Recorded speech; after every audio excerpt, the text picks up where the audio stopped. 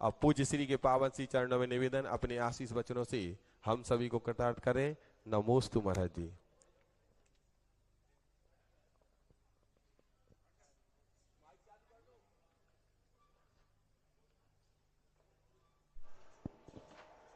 नमो अरिहन्ताणं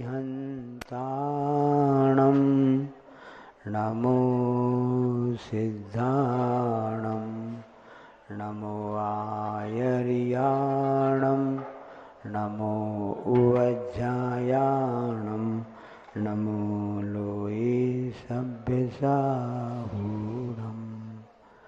24 तीर्थंकर भगवंतों की, गुरु नाम गुरु आचार्य ज्ञान सागर जी महाराज की, मूक माटी रचयिता आचार्य परमेष्टि गुरुदेव की, पूज्य निरापक मुनि श्री समय सागर जी, योग सागर जी, नियम सागर जी, सुधा सागर जी, समता सागर जी व समाधिस्थ प्रशांत सागर जी महाराज की जय।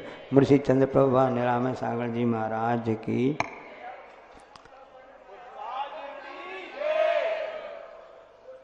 परिग्रह पोट उतार सब लीनो चारित पंथ, निज स्वभाव में थिर भये वज्र नाभि निर्ग्रंथ। वैराग्य भावना में हम सभी पढ़ते हैं, जानते हैं, शुरू से पाठ करते आए हैं कि किस तरह से बड़े से बड़ा चक्रवर्ती राजा महाराजा क्यों ना हो, यदि उसको अपने आत्म कल्याण करना है तो समस्त परिग्रह का त्याग करना पड़ता है। संसार में जितना भी संघर्ष हो रहा है, जितना भी अशांति फैल रही है, उसके पीछे तो परिग्रह ही मुख्य रूप से रहता है। इसलिए जैन दर्शन में 5 पाप में वे बताया गया है, परिग्रह भी उस पाप गिनाया गया है। तो हिंसा, झूठ, चोरी, कुशील, इनको लोग तो समझते हैं कि पाप हैं, परिग्रह को समझ में नहीं आता कि परिग्रह पाप कैसे हैं।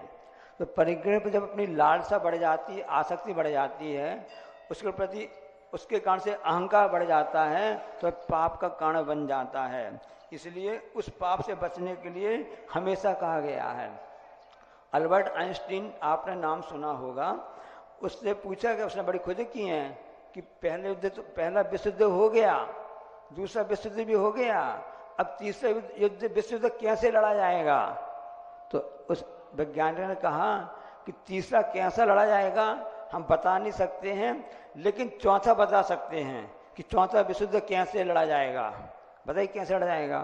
तो उन्होंने कहा कि वर्तमान में इतना परिग्रह, होड़, हथियारों की लालसा बढ़ गई है कि तीसरे विश्व युद्ध होगा, कुछ भी नहीं बचेगा, एकमात्र पत्थर बचेंगे, पाषाण बचेगा। तो चौथे से जब भी लड़ा जाएगा, पाषाण पत्थरों से लड़ा जाएगा। हम मतलब पुराने पाषाण काल में फिर से पहुंच जाएंगे। इन सब के पीछे परिग्रह मुख्य होता है। शरीर को भी परिग्रह कहा है। दिगंबर साधु शरीर को भी साधना करते हैं, परिग्रह मान के हैं कि इस आत्मा के लिए इस शरीर रूपी कपड़ा को ओढ़ के रखा, ऐसा कहा जाता है। लोग समझते हैं कि शरीर सब कुछ हमारा कुछ है, ये है। लेकिन जब परिग्रह के शरीर के प्रति भी ममकार की भावना सब छूट जाती है, सच्चे अर्थों वही साधना कहलाती है। एक तथ्य आया था कि मरने के बाद क्या होता है। तो मरने के बाद में हृदय जो हार्ट होता है ना, केवल 10 मिनट जीवित रहता है। 10 मिनट तक उसकी पल्स चलती रहती है, स्पंदन चलता रहता है। और यदि उसमें ब्रेन, मस्तिष्क कब तक काम करता रहेगा मरने के बाद में? 20 मिनट तक। 20 मिनट के बाद में, मरने के बाद में मस्तिष्क भी डेड हो जाता है। और मरने के बाद में जब प्राण निकल जाते हैं तो आंखें 4 घंटे तक जीवित रहती हैं। मरने के बाद में यदि उसके बीच में आपने दी आंखें बदल दी, किसी कर दी, तो आंखें काम करना चालू हो जाती हैं, ट्रांसप्लांट हो जाता है ना। तो मरने के बाद में 20 मिनट तक तो आपका काम करता है मस्तिष्क, 10 मिनट काम करता है आपका हार्ट है, जीवित रहता है। और 4 घंटे तक आपकी आंखें जीवित रहती हैं। और त्वचा होती है ना, स्किन, ये 5 दिन तक जीवित रहती है, क्योंकि 5 दिन के बाद में वो खराब होना चालू हो जाती है, कोई काम की नहीं रहती है। इसलिए बर्फ़ की सिल्ली में रखा जाता है। 5 दिन तक वो जीवित रहती है त्वचा। और हड्डियां जो होती हैं वो 30 दिन के बाद में खराब होना चालू हो जाती हैं। हड्डियां, ये पूरे शरीर के अवयव आपको बता रहे हैं कि ये 20 मिनट में, 10 मिनट में, 4 घंटे में, 5 दिन में, 30 दिन में समाप्त हो जाते हैं। लेकिन इस शरीर के द्वारा इस जीव ने जो भी कार्य किए हैं, जो भी कर्म किए हैं, वो न घंटों में नष्ट होते हैं, ना ही वह आपके सालों में नष्ट होते हैं, न इस जन्म में नष्ट होते हैं। जो जीव कर्म करता है तो वो जन्म जन्म तक जीवित रहते हैं।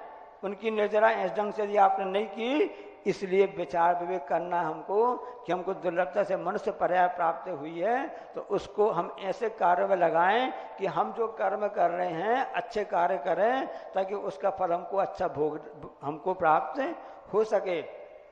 जब सम्राट अशोक का आपने नाम सुना होगा, राजा सैनिक जो हुए उनका पौत्र कहलाता है, बिंबिसार का प्रपौत्र कहलाता है सम्राट अशोक।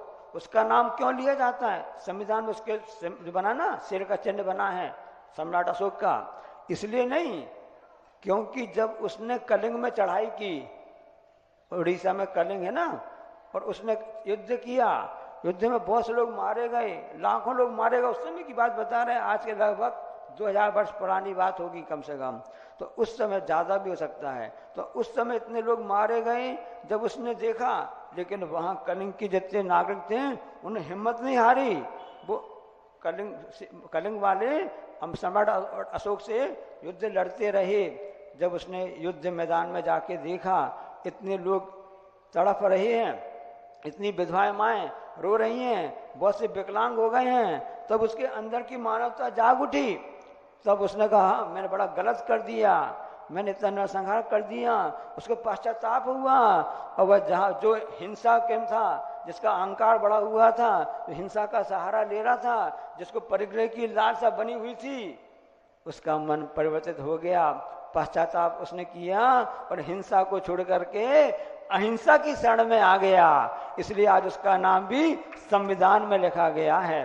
अभी सुनने में आया तुर्की में भूकंप आया था, आए हुए ना, कितने लोग मर गए।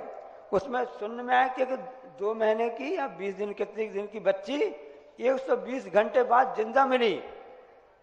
उस जीव ने ऐसा पुण्य कर्म लेके आई होगी, आयु कम से लेके आई है कि इतनी विपत्ति के बाद भी, इतना भूकंप आ गया, मलबे में दबे होने के बाद भी वह जिंदा निकल आई।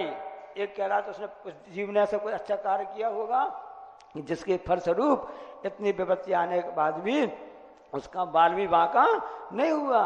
कहने में आता ना, जाको राको साइया मार सके ना कोई। साइया जो कोई अलग नहीं है, ये हमारे स्वयं के किए कर्म हैं, जो कि जन्म जन्म तक जीवित रहते हैं। इसलिए हमको ऐसे कार्य करना चाहिए ताकि हमारा अच्छा कार्य हो सके।